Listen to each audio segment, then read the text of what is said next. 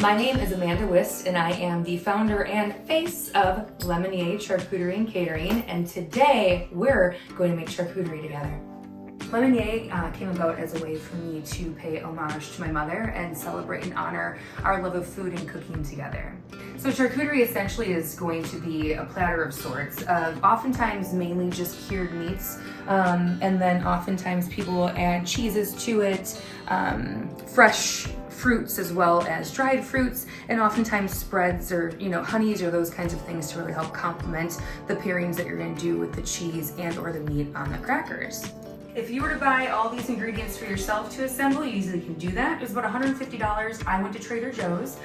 So if you want to make that investment, it's definitely worth the time and the money. So this is essentially the board deconstructed. What I like to do is I like to lay it out in front of me, so I really kind of get a good idea of what colors and textures and sizes and shapes of things that I'm working with before I actually assemble it on the board to make it look really dynamite.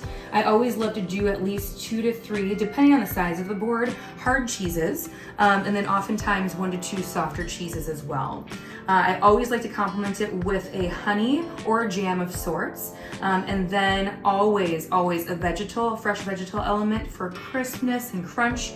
Fresh fruit, dried fruit is essential too for the sweetness and the texture, and then many forms of nuts. I always like to at least do 2. We've got some almonds here and some pistachios, and then you can't go wrong with an extra hit of sweetness with chocolate, and then don't forget the salty and savory element. I usually like to do cornichon or a mixture of olives. So I'm about halfway done now with the board. This board actually is a cutting board that was my mom's, so I always like to use it, especially for presentation purposes.